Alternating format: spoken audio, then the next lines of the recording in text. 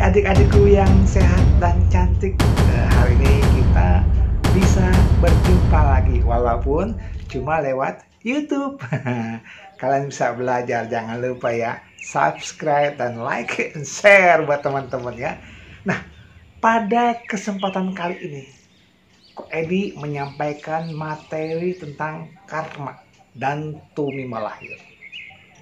Yang pasti kalian pernah belajar. Ko Edi hanya mengulas kembali apa yang kita lihat yang terjadi karena karma, perbedaan yang terjadi karena karma. Kita lihat. Nah, ada yang terlahir kaya raya, ada yang terlahir miskin, manusia kaya raya dan manusia miskin. Lalu ada manusia yang cerdas dan tidak cerdas.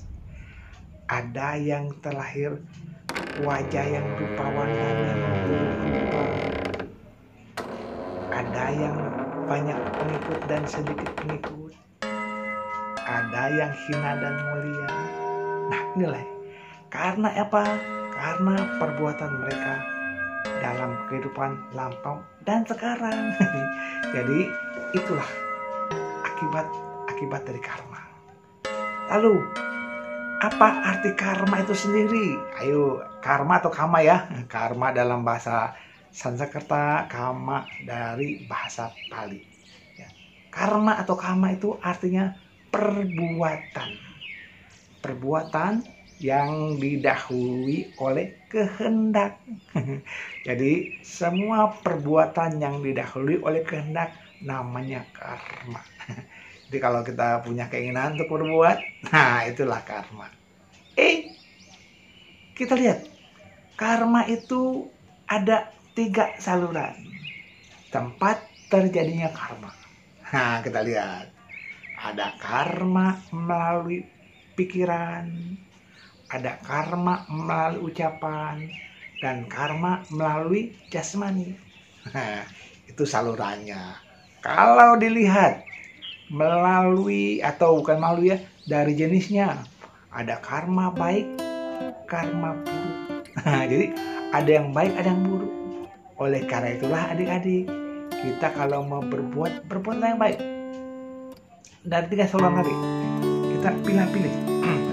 Lalu kalau ditanya apakah karma itu baik atau buruk, kita sering berbuat karma baik apa karma buruk ya yang kita perbuat ini. Nah ya adik-adik, kalau perbuatan itu setelah kita lakukan membawa kebahagiaan, ini adalah perbuatan baik. Loh, buat siapa? Buat diri sendiri dan makhluk lain. Itu. Dan ini membawa kebahagiaan, itulah karma baik. Yang membawa penderitaan, ya itu karma buruk. Jangan dilakukan ya. Adik-adik yang berbahagia, dalam penjelasannya, penjabarannya ada loh macam-macam karma. Ada 10 macam karma buruk. 10 macam karma buruk. Yang pertama, membunuh makhluk hidup. Yang kedua, mencuri. Yang ketiga, berbuat asusila. Lalu 4, berdusta, memfitnah, berkata kasar, omong kosong, iri, punya niat buruk, berpandangan salah. Ya. Jadi inilah perbuatan-perbuatan buruk ya. Tadi iri termasuk kemauan berbuat jahat ya. Jadi kalau kita ini punya keinginan untuk melakukan perbuatan buruk, akibatnya menderita ya adik-adik ya. Jadi sebaiknya kita hindarkan. Membunuh makhluk hidup, mencuri atau mengambil barang yang nggak diberikan, kita jangan kerjakan. Kenapa? Itu termasuk hal-hal yang buruk. Ya termasuk kalau kita berbohong, memfitnah, bicara kasar, omong kosong, itu perbuatan yang kita kerjakan melalui ucapan yang buruk-buruk ya. Maka itu hal ini kita hindari. Lalu yang tadi melalui pikiran, kemauan berbuat jahat, niat yang jahat, lalu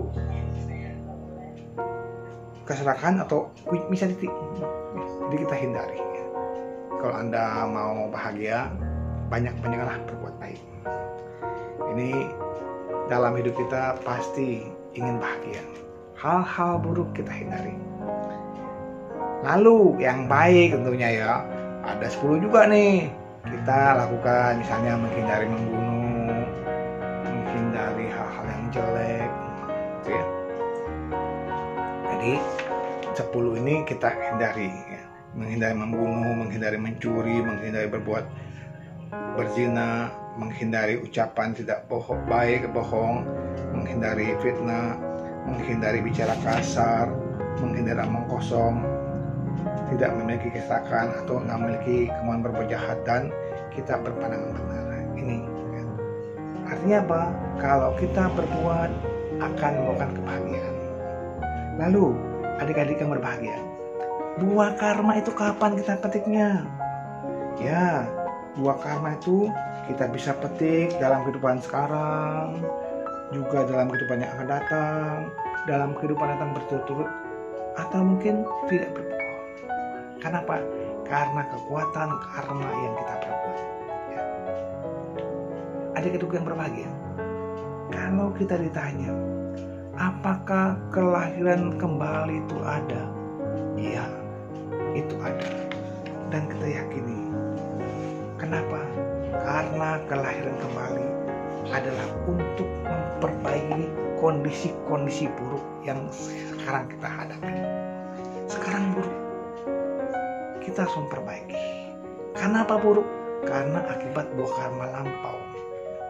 Jadi tanamlah kebaikan-kebaikan. Untuk apa? Untuk kita sendiri, agar dalam hidup ini kita merasakan kebahagiaan. Bahagia hidup kita akibat berbuat baik ya. Lalu apa manfaat kita mempelajari mengetahui kelahiran kembali? Ya pasti agar kita bisa memahami, oh kondisi saya seperti ini ya. Dahulunya begini, memang dalam mata batin kita sekarang belum mampu melihat. Minimal kita tahu kemarin pun ada, tetapi kemarin bukan untuk kita sesali terus menerus. Lalu kemanakah makhluk-makhluk itu akan terulang kembali? Ya, semua makhluk akan terlahir ke 31 alam kehidupan. Namun ada yang lahirnya menderita ke alam neraka, alam binatang, alam hantu, alam raksasa, itu alam menderita. Yang bahagia ke alam dewa dan alam surga atau alam manusia. Lalu juga alam Brahma.